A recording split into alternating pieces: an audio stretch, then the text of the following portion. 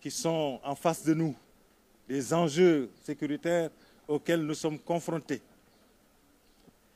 Et une bonne maîtrise de l'environnement sécuritaire, de la situation sécuritaire, tant au niveau national qu'au niveau de notre voisinage immédiat et lointain, cette maîtrise elle est primordiale pour une bonne prise en charge des problématiques sécuritaires. Et donc, les présentations nous rassurent, parce que la maîtrise est là. Ces présentations nous ont rassurés également, parce que la vision qui est partagée est très claire, elle est très pertinente, très réaliste. Les stratégies, les concepts, les plans sont tous pertinents, très réalistes et permettent à terme de prendre en charge les enjeux sécuritaires qui ont été partagés avec nous. Les présentations nous rassurent enfin parce qu'à travers elles, nous nous sommes rendus compte que les autorités du Sénégal ont fait tout ce qu'elles pouvaient faire pour mettre à la disposition des armées les capacités nécessaires pour une bonne exécution de la mission des armées, pour une exécution dans des conditions optimales de la mission des armées. Aujourd'hui, je puis aussi vous dire que les autorités actuelles de notre pays sont inscrites dans la même dynamique qui consiste à travailler sans relâche, à mettre à la disposition des armées toutes les capacités dont elles ont besoin pour exécuter la mission qui leur est confiée. Les gaps capacitaires qui ont été partagés lors de ces présentations seront adéquatement pris en compte par les nouvelles autorités pour que l'armée sénégalaise soit une armée opérationnelle à même d'exécuter de manière optimale la mission qui lui est confiée. Lors des présentations, j'ai également insisté sur la nécessité pour les armées de revisiter un concept qui nous est très cher, qui est le concept armée-nation. Le concept qui a toujours permis, depuis les premières années d'indépendance, à nos armées de participer de manière décisive au développement socio-économique de notre pays. Avec toutes les évolutions qui se sont déroulées dernièrement dans notre environnement sociopolitique, il est important, et socio-économique d'ailleurs, il est important que les armées prennent en compte ces évolutions-là et mettent à jour le concept armée-nation de manière à ce qu'il soit adapté, de manière à ce qu'il soit en cohérence avec les réalités du moment. Cela est attendu des armées et je suis persuadé qu'elles s'y attelleront dans les meilleurs délais. Nous avons insisté aussi sur la nécessité pour les armées de travailler à renforcer en permanence des relations civilo-militaires qui sont déjà très solides, mais qui peuvent être renforcées. Parce que comme vous le savez, une armée, pour qu'elle travaille de manière efficace, a besoin d'avoir des rapports de confiance avec les populations pour qui et avec qui elle travaille. Alors, cela aussi a été un message largement partagé avec nos camarades de Dial Diop, les différents chefs des armées, les différents chefs de service. Et nous avons bon espoir que tout cela se fera dans les meilleurs délais. Et nous y avons ajouté l'importance d'entretenir des relations de confiance avec nos voisins, qu'ils soient des voisins immédiats ou des voisins lointains, Parce que comme vous le savez, la sécurité du Sénégal est intrinsèquement liée à la sécurité de nos voisins. Et nous devons donc créer les conditions de collaboration, de coordination et de coopération avec les institutions militaires de la sous-région. Voilà, en résumé, ce que j'ai eu à partager avec le commandement des armées, que je remercie du fond du cœur pour son engagement, son professionnalisme, sa discipline. Merci beaucoup.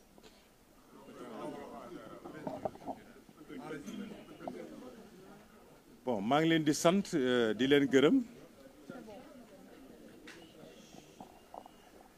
Visite bii ñu def tey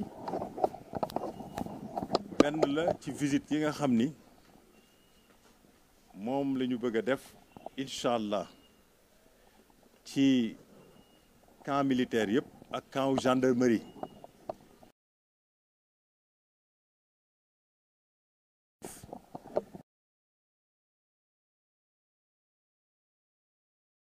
Visite tey bii nag bi ma ñëwee dama sant suñu rakk ak suñu collègues yi nga xam ni ñoom ñoo fi ne te yàlla dénk leen armée tey muy chef d'état-major général des armées, chef d'état-major armée yi ak directeur de service ak yeneen officiers yi. Sant leen ba pare encourager leen ñu gën a góorgóorlu ci liggéey bi nga xam ni moom la leen réew mi dénk. biñ defee loolu ba pare jéem nañu aussi wax leen ne waruñoo fàtte suñu frère d'armes yi suñu camarade d'armes yi nga xam ni yàlla dafa def bi ñuy liggéeyal seen réew ñu ñàkk ci seen bakkan. ñooñu waruñu leen a fàtte, war nañu di leen fàttaliku tout le temps, di leen ñaanal, di taxawu njaboot yi nga xam ni ñoom lañ fi bàyyi.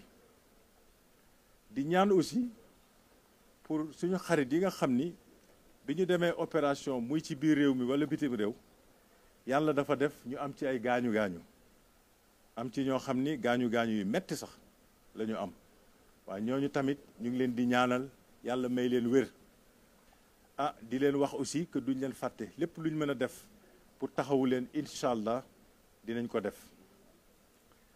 di profiter aussi ci visite bi pour sant suñu mag yi nga xam ni ñooñu jiitu ci armée, ndax suñu mag yooyu ñoo góorgóorlu ba tabax armée bi nga xam ni tey jii moom lañ ñu bàyyil.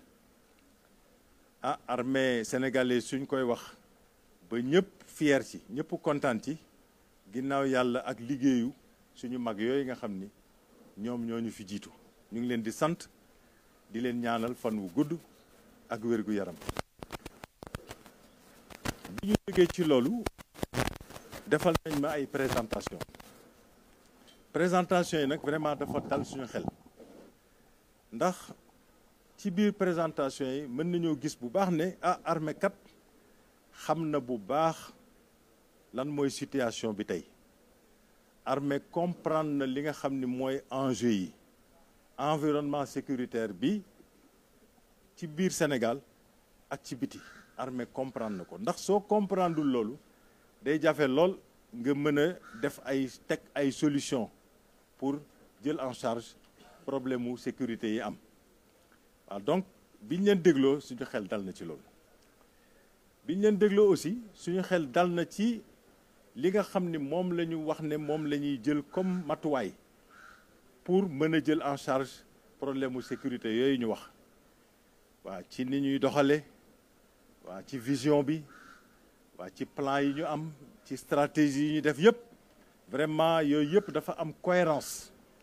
ba pare yooyu yëpp dafa méngoog problème yi nga xam ni moom la ñu partagé. présentation yi tamit dal na suñu xel parce que gis nañ ni suñu kilifa yi ci at yi passé ba tey def nañu lépp loo xam ni mënoon nañ ko def pour jox armée jumtuwaay yi nga xam ni moom la soxla pour mën a def mission ci condition yi nga xam ni moo gën ci condition yi. vraiment jox nañ leen ay capacité yu mucc ayib du doy mukk nag mais nag jox nañ leen li nga xam ni moom la ñu soxla pour mën a def seen liggéey. Ah ma wax leen ni autorités yi nga xam ne nag ñooy egsi te le chef suprême des armées jiitu ci muy le président Bassirou Diomaye Faye, autorités yi dinañu góorgóorlu ñoom it continuer di jàppale armée pour que lépp loo xam ne armée soxla na ko ñu mën koo teg ci loxo armée pour que armée mën a def liggéeyam ca na mu gëne. waaw ni ko yeneen autorités yi defe woon noonu la ko autorités yi bu neexee yàlla di continuer. wax naa leen tamit ne ah armée boo xam ne daal am na jumtukaay yi mu war a am pour mën a def liggéeyam baax na wante am armée boo xam ni aussi mën na ci bi muy def liggéeyam mën a jàppale aussi réew mi ci fépp foo xam ne soxla nañ fa armée loolu tamit baax na. waaw mooy li ñuy wax naan ah sécurité humaine waaye participer ci affaire environnement nga xam ni loolu problème la actuellement, participer ci affaire li ñuy wax communautaire ak affaire cherté de la vie yooyu yëpp armée am na rôle bu mu ci mën a def pour jàppale ci autorités yi ci politique publique. bu neexee yàlla armée dina jéem a seet li ñuy wax concept armée nation boo xam ni bi armée soog a juddu ci après indépendance ci lañ ko teg en place. incha allah dinañ ci góorgóorlu ba xoolaat ko seet nu mu mën a méngoo ak soxleer tey yi waaw pour que concept armée nation boobu daal mën a yombalal intervention armée ci secteur yi ma wax ak yeneen i secteur.